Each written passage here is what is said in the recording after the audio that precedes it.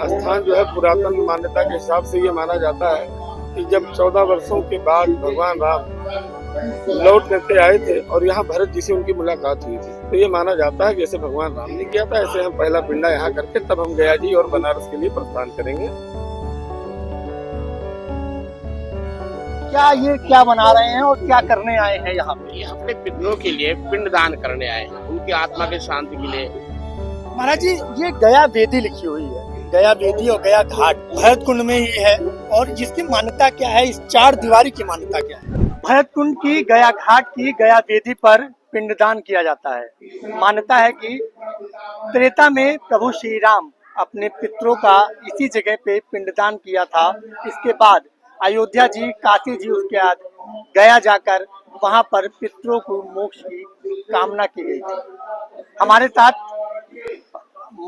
यहाँ पे पूजा पाठ कराने वाले महंत जी हैं। हम जानेंगे कि किस तरह से जो पूरी प्रक्रिया है, गया घाट की, गया वेदी की क्या महत्ता है, उसको जानने का प्रयास करेंगे, और किस तरह से जो देश दुनिया से लोग यहाँ पे पहुँचते हैं और अपने पितरों का पिंडदान करने के लिए वो किस प्रकार से कराया जाता है, इसकी क्या फल है, ये सारी विषयों पर बात करेंगे। महाराज जी, सबसे पहले मैं आपका नाम जानना चाहूंगा। मेरा नाम अमरीश चंद्र पांडे और भरत कुंड सेवा समिति का मैं प्रबंधक हूँ, और यहाँ पर गया जाने वाले यात्रियों की पूजा पाठ से लेकर के उनकी सुख सुविधा, ठहरने आदि की व्यवस्था हम सभी लोग देखते हैं यहाँ पर कि सकुशल संपन्न।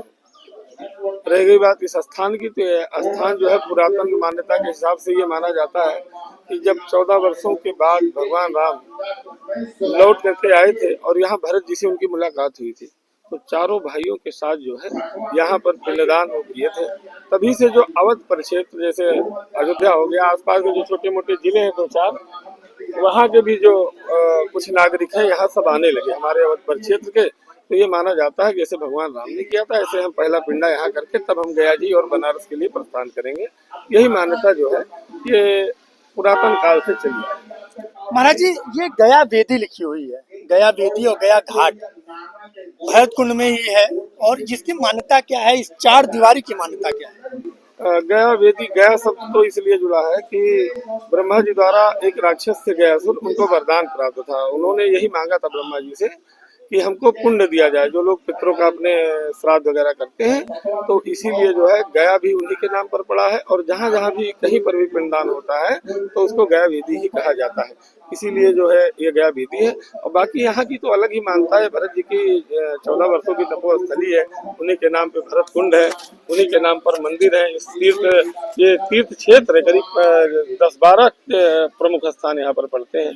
3 तरह के मंदिर हैं। थोड़ी दूर जाएंगे 50 मोचन कुंड है, जहाँ मेला लगता है, जटा कुंड है जहाँ भगवान ने बाल बनवाया था। ऐसे बहुत सारे स्थान यहाँ पर है इस क्षेत्र में। जी, देखिए, लोग किस तरह से गया वेदी पर अपने पितरों का पिंडदान करते हुए नजर आ रहे हैं। देखिए, ये चार दीवारी है, गया वेदी बनाई गई है, और किस तरह से जो देश दुनिया से अवध क्षेत्र के लोग यहाँ भरत कुंड में है, वो अपने पितरों का जो है श्राद्ध करते हुए नजर आ रहे हैं, पिंडदान करते हुए नजर आ रहे हैं। कहीं ना कहीं जो ये मान्यता है वो त्रेता युग से चली आ रही है। प्रभु श्री राम ने अपने पितरों और राजा दशरथ का इसी जगह पे पिंडदान किया था, यह मान्यता है। और यही जो यहाँ के बाल ब्रह्मचर्य हैं, जो है पुरोहित हैं, वो यही सब बताते हैं। तो देखिए, हम लोग इनसे भी जानेंगे कि किस तरह से देखिए ये तैयारियां शुरू हैं। देखिए, ये गोली बनाई जा रही है। बाबूजी, ये क्या कर रहे हैं आप? पिंडा बनाया जाता बाबूजी। पिंडा बना रहे हैं। क्या मान्यता है, आप पितृपक्ष में निकले हैं?